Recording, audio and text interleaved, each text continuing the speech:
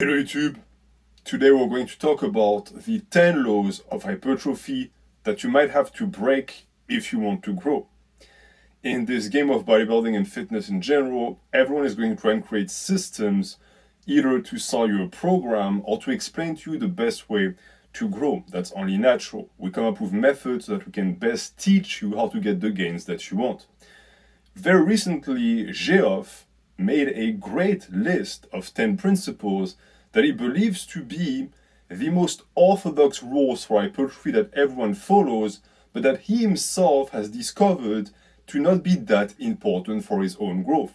And I found that very interesting. So what I want to do today is not make a response to him, because at the end of the day, he shares his opinions in his video that you can find in the description.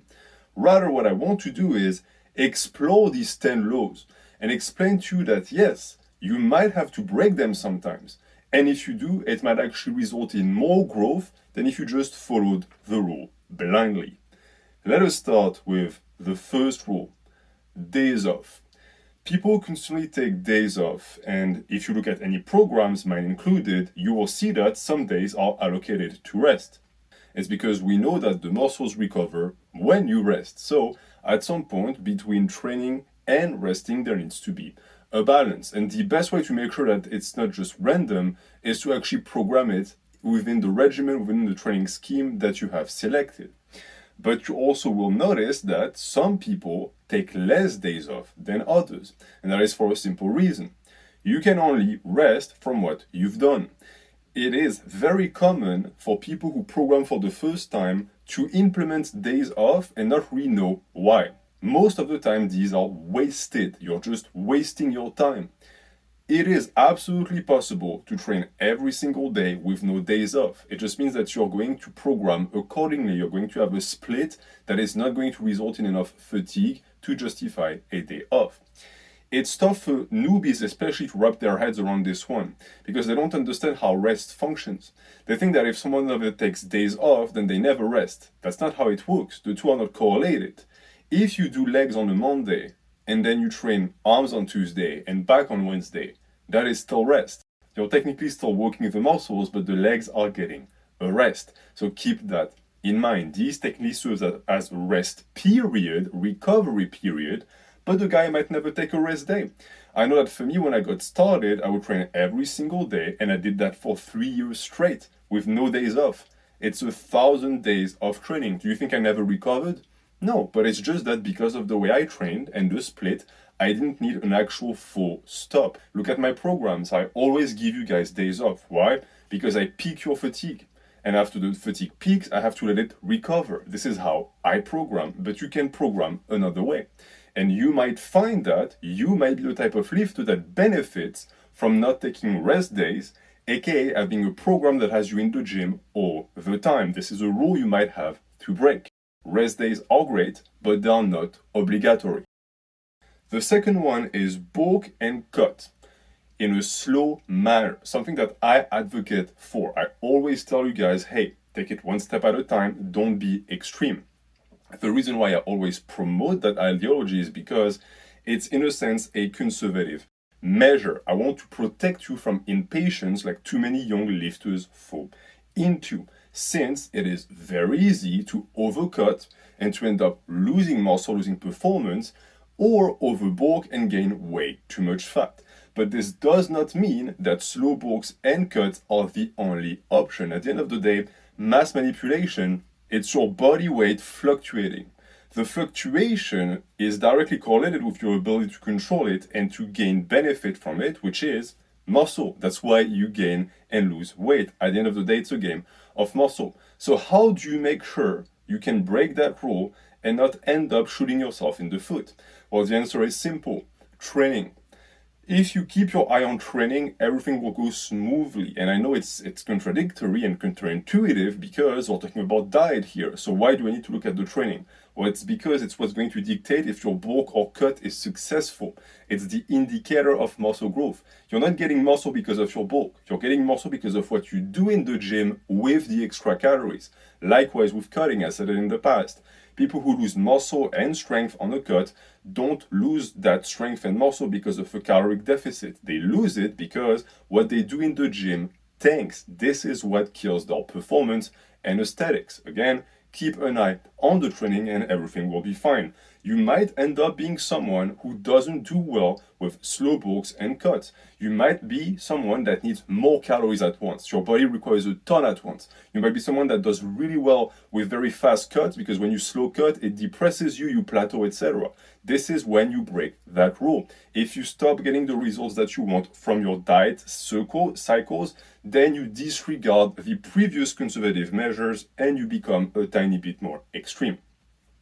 Number 3 is deloads and resensitizing the muscle. As far as deloads go, it is now very common for lifters to deload, but just with like days off, most people don't know why. It is a strategy to manage your fatigue, and it's important to manage your fatigue. But with deloads, the issue is that it's a blanket management system, meaning that it's too crude, it's too broad. I favor a surgical and precise approach. I prefer to micromanage fatigue instead of taking large periods of time, like a week off, quote unquote, where you're going to do sub-maximal weight, sub-maximal work. In my opinion, it's a waste of time. You might be someone who also has realized that. You show up to a deload, you have no patience, and you feel like you're doing something that is not going to give you any gains. And you're not technically incorrect because you're not really getting benefits from it. And therefore, you might be better off breaking that rule and saying, screw it, I'm not going to deload. And once you accept that, you have to find another way. There is always another way. Fatigue can be managed a million times. Deloads is just one option. So find the best other option. It's something that I've been hearing for years, and in the same line as deloads, I never understood it because it never really was something I did.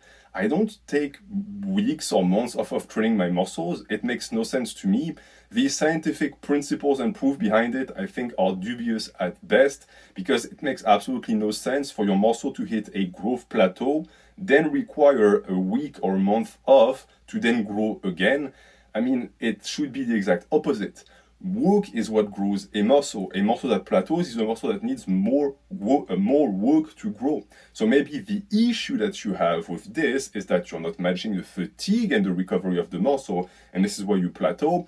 You take a break, it recovers, you return to it, it grows again. It had nothing to do with the resensitization of the muscle and everything to do with poor fatigue management. Be smarter about it. This is a rule that actually I would say most people would benefit from breaking. Then at number 4, we have the pump, chasing the pump, something you hear a ton in bodybuilding. Some people have this idea that the only way to grow a muscle is to get a pump.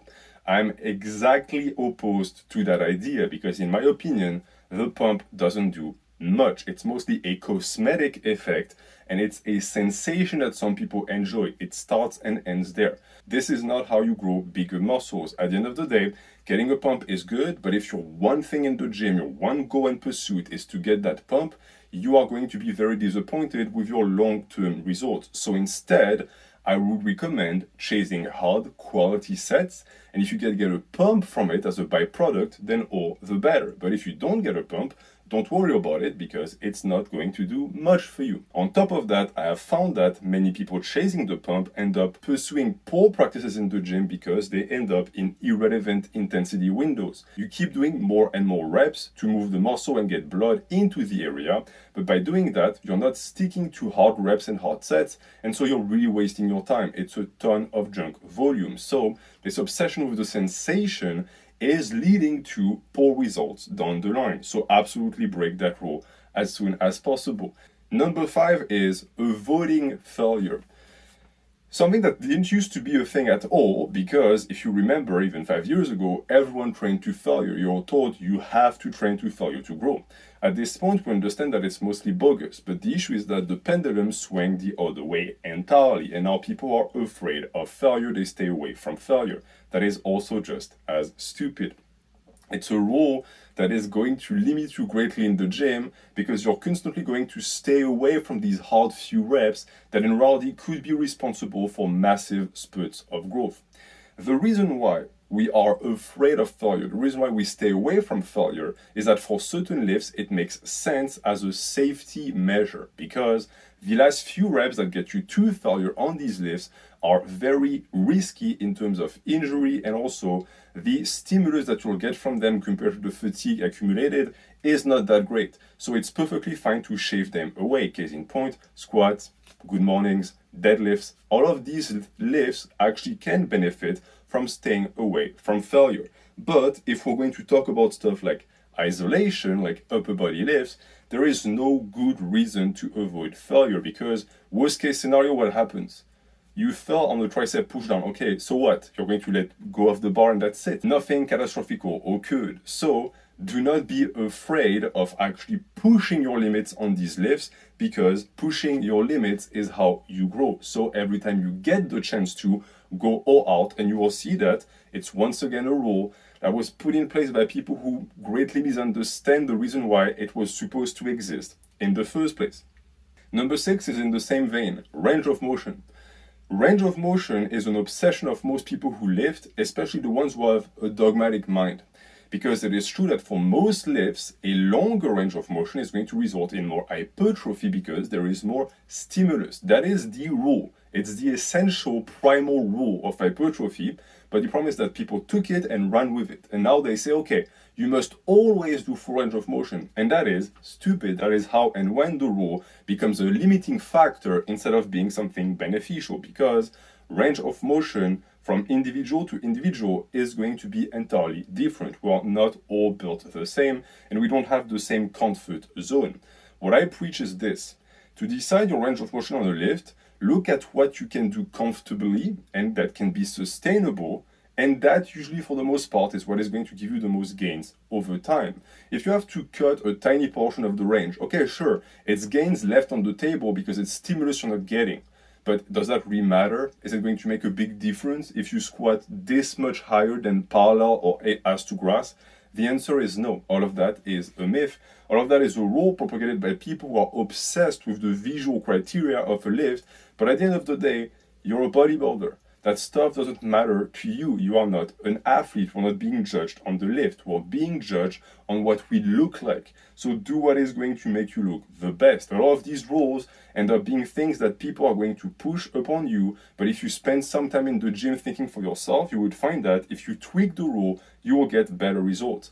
Ignore the idiots who make fun of people who do partial reps, and just do what works best for you. This is always the key to hypertrophy. Number 7 is warm-ups. Number of warm-ups is entirely dependent on who you are. It is the action of warming up the muscle to perform the best. But the thing is that from one guy to another, this could range from 5 sets to 15 sets. Someone like me for squats, I'm going to do 18 sets of warm-ups, but if you're the type of guy that can do like 5 and be perfectly fine, why are you wasting your time with a ton of warm-ups? On the other side, if you're someone who needs those warm-ups, don't feel bad about it. You're not fatiguing yourself. These are warm-ups. They're not really challenging. Even if the weight is tough, it's because you're not warm. And maybe you're someone like me again who needs to have a ton of warm-ups to get strong. Like for example, on deadlifts, when I pull 4 plates, it's hard. But then I work up to 500 pounds and I lift it with the same speed as I did with the 4 plates. Why? My system takes longer to actually warm up.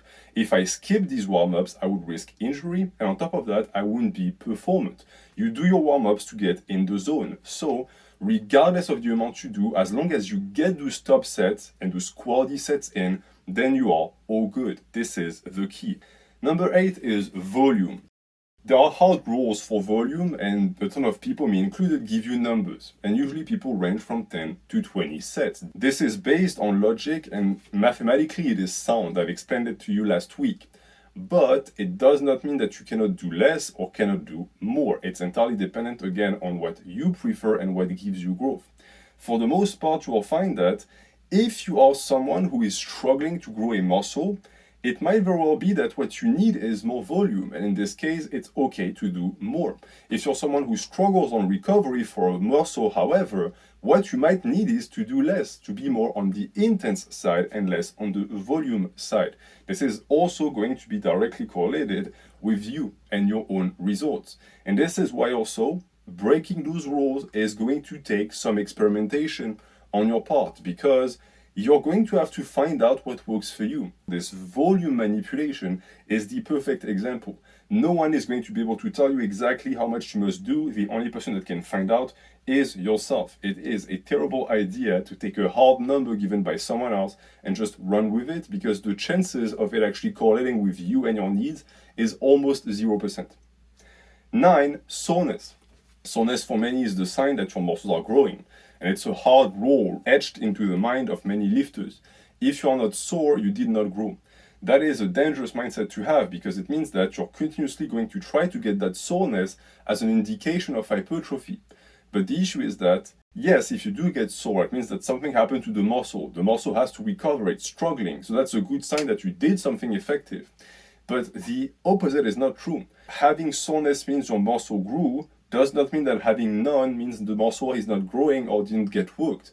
It's simply that the muscle is adapted enough to not feel the need to feel that sensation once you are done training. Case in point, someone like me barely gets sore. I get sore in certain areas like the traps or the chest when I do a ton of extra volume, but beyond that, I progress just fine on the rest of my body parts without really having much soreness. There is a tenderness, but I'm never the guy that cannot walk after a leg day. For the guys who are like this, and all of these memes of dudes who can barely sit on the toilet, that's not a sign of growth. That's actually the exact opposite.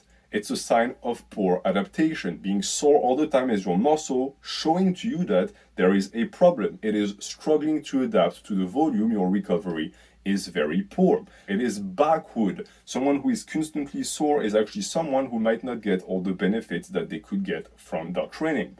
Worse than that, many people, because they chase soreness, end up rotating their lift and switching programs all the time because it makes them sore.